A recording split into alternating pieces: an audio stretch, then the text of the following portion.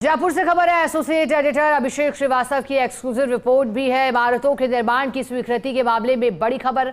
JDA अब इमारतों की स्वीकृत मानचित्र तभी करेगा जारी जब उस पर मुख्य अग्निशमन अधिकारी की मंजूरी मिल जाएगी। ऐसी इमारतें जिन पर लागू होते हैं अग्निशमन प्रावधान 2026, ऐसी इमारतों के नक्शे जेडीए अपनी मंजूरी के बाद जेडीए की भवन मानचित्र समिति ने फैसला लिया है।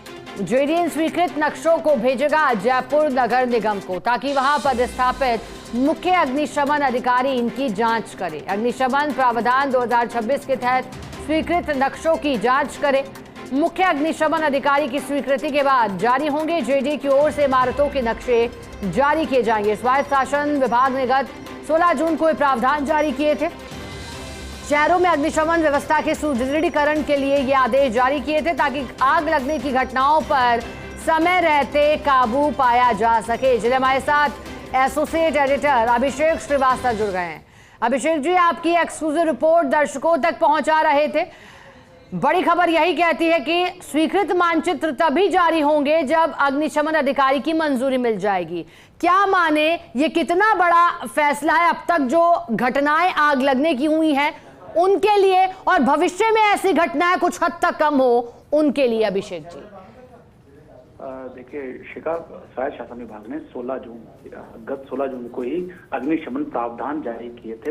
अब अग्निशमन प्रावधान 2026 करीब 79 पेजेस का ये पूरा डॉक्यूमेंट है जिसमें हर तरह की इमारत के लिए अग्निशमन प्रावधान बताए जाएंगे। किस इमारत में किस तरह से अग्निशमन प्रावधान लागू किए जाएंगे और बाकायदा पूरा कैटेगराइजेशन दिया है, चाहे वो आवासीय इमारत हो, चाहे व्यावसायिक हो, चाहे संस्थानिक हो या कोई पब्लिक गैदरिंग का स्पॉट हो, तो वहां पर किस तरह से होने चाहिए। तो वो पूरी उसमें पूरे जो प्रावधान उसमें किए गए हैं और ये 16 जून को इनको लागू किया गया था। तो इनकी सुनिश्चितता के लिहाज से ही जेडीए की भवन मानचित्र समिति की जो 29 जून को बैठक हुई थी उसमें ये एजेंडा रखा गया था कि इन अग्निशमन प्रावधान 2026 की सुनिश्चितता कैसे की जाए। क्योंकि अगर हम बात करें आवासीय इमारतों की, तो आवासीय इमारतें चाहे वो हॉस्टल्स हो, पीजी हो, बहु आवास की इकाइयां हो, धर्मशाला हो, स्टूडियो अपार्टमेंट हो या फिर या इससे मतलब उनकी इमारतों की ऊंचाई 9 मीटर हो या इससे अधिक हो, अथवा जो 250 वर्ग मीटर या इससे बड़े भूखंडों पर निर्मित हो, तो उन सभी में उन अग्निशमन प्रावधान 2026 के तहत फायर एनओसी लेना जरूरी है। मतलब ऐसी सभी इमारतें जिनमें फायर एनओसी लेना जरूरी है, उन सभी इमारतों के मामले अब जेडीए जो 16 जून 2026 के बाद जो नक्शे स्वीकृत होंगे या स्वीकृत किए गए हैं, तो ऐसे सभी मामले जयपुर विकास प्राधिकरण अब जयपुर नगर निगम को भेजेगा।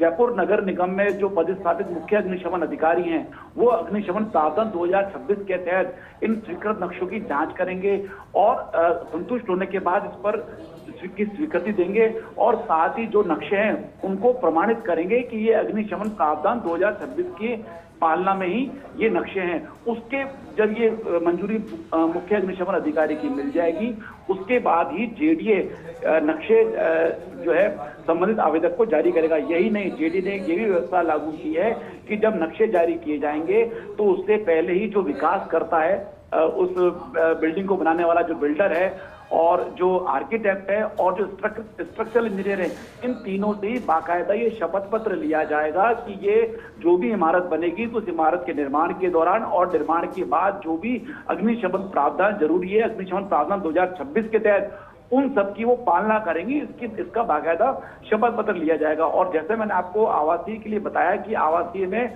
इस तरह से प्रावधान रखे जाएंगे। मतलब इस फायर एनओसी के दायरे में कौन कौन सी इमारतें हैं, जैसे हॉस्टल्स है, पीजी है, बहु आवास की इकाइयां हैं। इसी तरह अगर हम स्कूलों की बात करें, मतलब संस्थानिक भवनों की बात करें, तो उसमें सीनियर सेकेंडरी लेवल तक के स्कूलों को भी फायर एनओसी लेनी होगी। ऐसी इमारतें सीनियर सेकेंडरी स्कूल ऐसी इमारतें जिनकी ऊंचाई 9 मीटर या इससे अधिक है और या वो 500 वर्ग मीटर या इससे बड़े भूखंडों पर निर्मित है। इसी तरह कोचिंग सेंटर की हम बात करें, क्योंकि आपने देखा कि पिछले दिनों देश में कोचिंग सेंटर में भी आग लगने की घटनाएं हुई थी जिसमें विद्यार्थियों को अपनी जान से हाथ धोना पड़ता। उसके लिए भी प्रावधान किया गया है कि कोचिंग सेंटर जिनमें 50 से अधिक विद्यार्थी हैं और जिनकी इमारतें 1000 वर्ग मीटर से बड़े भूखंडों पर निर्मित हैं, उन सभी कोचिंग सेंटरों के लिए भी फायर एनओसी लेना जरूरी होगा।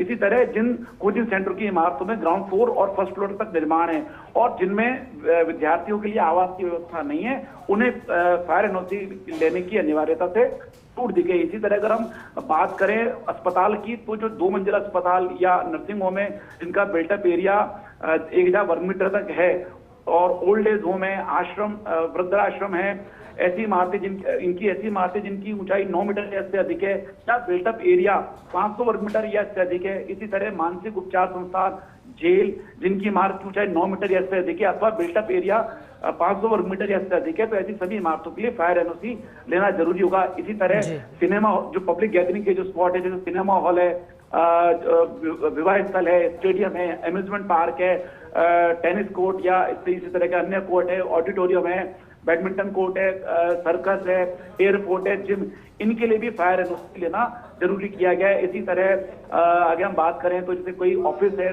सरकारी या प्राइवेट, बैंक है, कई व्यावसायिक संस्थान हैं जहां पर एक इकाई का बिल्टअप एरिया या कुल फ्लोर स्पेस 500 वर्ग मीटर या इससे अधिक है और जिनकी इमारतों की ऊंचाई 9 मीटर से अधिक है, तो उनको भी फायर एनओसी लेनी जरूरी होगी। इसी तरह लेबोरेटरीज की बात करें, लेबोरेटरीज, क्लिनिक, रिसर्च संस्थान, IT centre, library, call centre, telephone exchange, air traffic control centre, दुकानें, store, departmental store, underground shopping centre, इनके लिए भी फायर एनओसी लेना अग्निशमन प्रावधान 2026 में जरूरी किया गया है। तो इनके नक्शे जब भी जेडीए के पास आएंगे तो जेडीए इनको स्वीकृत करके सीधे जयपुर नगर निगम को भेजेगा। वहां पर मुख्य अग्निशमन अधिकारी जब इन नक्शों को स्वीकृत कर देंगे अग्निशमन प्रावधान 2026 के अनुसार, इसकी पालना में को स्वीकृत करेंगे, उसके बाद ही जेडीए स्वीकृत नक्शों को जारी किएगा तो करेगा। तो इस तरह हम देख सकते हैं कि शहर में किस तरह से इमारतों में अग्निशमन प्रावधानों की सुनिश्चितता की जाए, उस लिहाज से जेडी ने ये बड़ा फैसला लिया है। बिल्कुल अभिषेक जी, बहुत शुक्रिया आपका साथ जुड़ने के लिए, विस्तार से जानकारी के लिए।